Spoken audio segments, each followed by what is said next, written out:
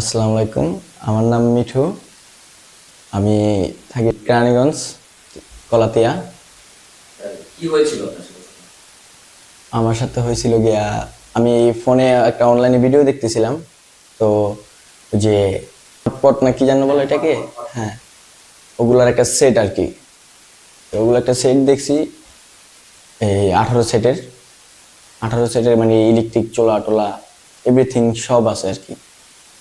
তো এটার দাম ছিল হলো গিয়া 3800 টাকা। তো ওনার সাথে কথা বললাম আমি অনলাইনে দেখা, ফোন নাম্বার দিয়ে কথা বলছি। কথা বলার পর উনি আমাকে বলল যে মানে ডেলিভারি চার্জ ফ্রি, আর 500 টাকা বুকিং দিতে, 510 টাকা। তো আমি 500 টাকা দিছি বুকিং, 510 টাকায় মানে বুকিং দিছি। তো এটা কিভাবে দিছে? এটা দিছি বিকাশে আর কি। তার নাম্বারে দিছে? জি জি, তার নাম্বারে দিছি, যে স্ক্রিন যে নাম্বার দেওয়া ছিল, যে সাথে কথা বলছি যে নাম্বার, ওই নাম্বারে দিছি। তো দেওয়ার পরে উনি বলল কি যে আপনি এত টাকা পাঠান, পাঠানোর পরে এই 24 ঘন্টার ভিতরে আপনার আইসা পড়বে।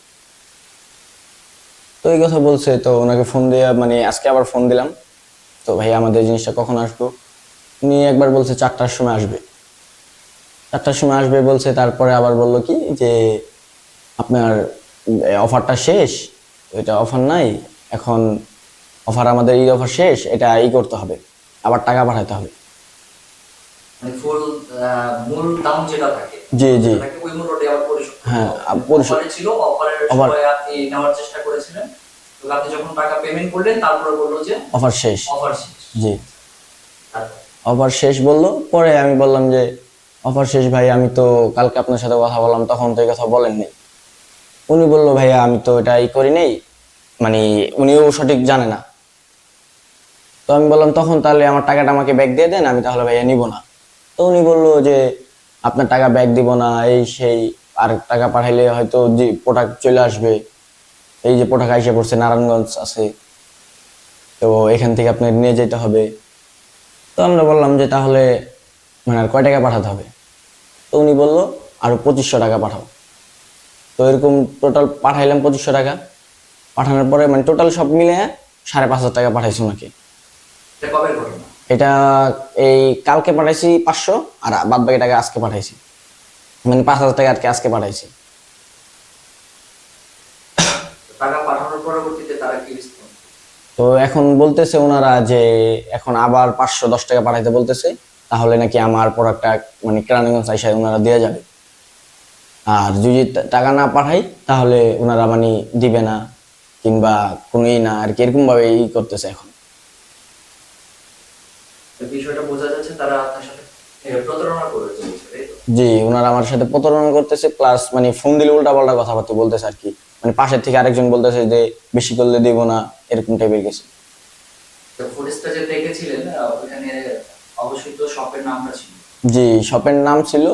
তো পরে ব্যাগে ওনাদের একটা নাম্বার পাইছি আর কি, একটা বাক্সতে, মানে কার্টুন পিসে সাজানো আছে অনেকগুলো, তো ওই কার্টুন ওখানে একটা নাম্বার পাইছি।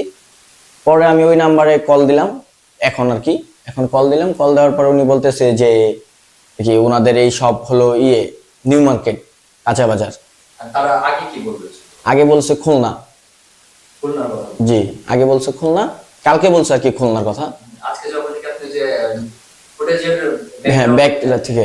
কার্টুনের ভিতরে নাম্বার পেয়েছেন, সেখান থেকে ওই নাম্বার কালেকশন করে কল হ্যাঁ, দিয়েছেন, সেখান থেকে বলছে যে নিউ মার্কেট, নিউ মার্কেট কাঁচা কাঁচা বাজার। বাজার।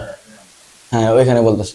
তো ওনাকে বললাম আমি যে ভাইয়া আপনাদের ভিডিও, তো আপনাদের ভিডিও থেকে ওনারা এডিট করে আমাদের সাথে এরকম প্রতারণা করলো, এটার কিভাবে কি। তো উনি এখন রিপ্লাই দিতেছে আমাকে যে আপনারা প্রতারণা হওয়ার পরে ফোন দিয়েছেন কেন, এই সেই, মানে উনি আর কি এরকম বলতেছে যে উনি এটার বিষয়ে কোনো কিছু জানে না। আপনার কি ধারণা, এটা কি তারা কি নিউ মার্কেটের থেকেই কি তারা এটার প্রচারণা চালাচ্ছে, নাকি খুলনা থেকেই চালাচ্ছে, বা আদার্স কোনো জায়গায়? আমার মনে হচ্ছে যে মানে এটা হয়তো বাইরের কোনো লোকের কাজ কারবার আর কি, উনি ভিডিও হয়তো দেখে আর কি ফেক করতেছে।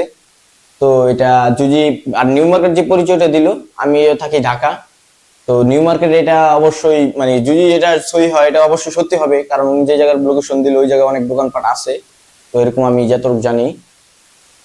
তারা তো এটার সাথে সম্পৃক্ত নাই, না, আসলে তারা যে ঘটনা ঘটেছে। এটার সাথে সম্পৃক্ত নাই, ঠিক আছে। তারপরে ওনাদের যেহেতু একটা শপ, ওনাদের একটাই, এটা অবশ্যই ওনাদের একটা ব্যবস্থা নেওয়া উচিত, কারণ যেহেতু ওনাদের একটা প্যানেল ব্যবস্থা এই মানে ব্যবহার করে প্রতারণা করা হচ্ছে। এখন আপনি কি চাচ্ছেন? এখন আমি চাচ্ছি এটা আর মানে সুষ্ঠু বিচার হোক, আর যাতে এরকম প্রতারণা আর কারোর সাথে না করতে পারে। আপনি কি আইনের সাব্যস্ত হয়েছিলেন? আইনের সাব্যস্ত আমি এখনো হই নাই, কিন্তু মানে হওয়ার ইচ্ছা আছে। যদি আইনের মাধ্যমে কোনো সাহায্য পাই তাহলে তো ভালোই হবে। আপনার কাছে সব ডকুমেন্টস গুলো আছে যে আপনি টাকা পাঠিয়েছিলেন, কিভাবে পাঠিয়েছেন, কোন নাম্বারে পাঠিয়েছেন? হ্যাঁ হ্যাঁ, আমার কাছে সব ডকুমেন্টস আছে। এটা কোন নাম্বার পাঠাইছি তাও আছে, কিংবা কত টাকা পাঠাইছি এই প্রমাণও আছে। আর ওনাদের যে ভিডিওটা দেখে ফোন দিছি আমি, স্ক্রিনের নাম্বার, আমার স্ক্রিনের ভিডিওটাও আছে। তো এটা এগুলো আর কি আমি শেয়ার করে থই দিছি, আর বিকাশের যেটা ওইটা আছে আর কি। আপনাদের উদ্দেশ্যে একটা কথা বলতে চাই যে আপনারা কেউ আমার মতন এরকম প্রতারণা হবেন না। আর সামনে ঈদ আসতেছে, যেহেতু অনেকে অনেক অফার দিবে, হয়তো অনেকটা ফেক কিংবা অনেকটা রিয়েল। তো সব বুঝে শুনে আপনারা ওই করবেন, এবং অনলাইন জগতে কেউ মানে ফেক এসে যাবেন না, কারণ নাহলে আপনারাও আমার মতন আর কি ধোঁয়া খাইতে পারেন।